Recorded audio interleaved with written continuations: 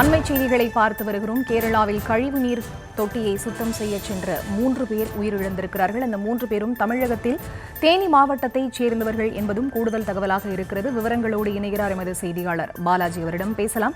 வணக்கம் பாலாஜி. உயிரிழந்திருக்கக்கூடிய தமிழகத்தைச் சேர்ந்த இந்த 3 பேர் குறித்த முழுமையான விவரம்.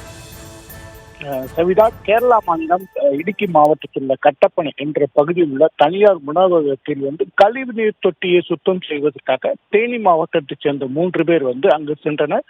அவர்கள் தொட்டிக்குள் இறங்கிய போது அப்போது விஷவாயு தாக்கி உள்ளே இறங்கிய முதல் நபர் மயக்கமிழந்தார்.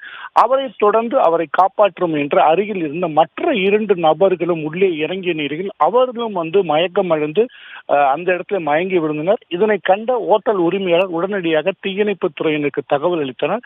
அவர்கள் ஜேசிபி உதவியுடன் அந்த கழிவுநீர் தொட்டி அருகில் உள்ள இடத்தை தோண்டி அந்த 3 பேரையும் மீட்டனர்.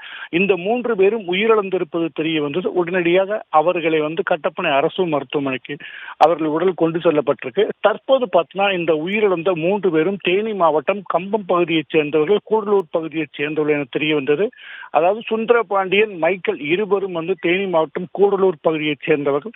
அதே மாதிரி பார்த்தோம்னா ஜெயராமன் என்பவர் கம்பம் பகுதியைச் சேர்ந்தவர்கள். இவர்கள் கழிவுநீரை அகற்றும் பணியில் ஈடுபட்டு வந்த தொழிலாளர் என தெரிய வந்திருக்குள்ளது. ஹாஷினி.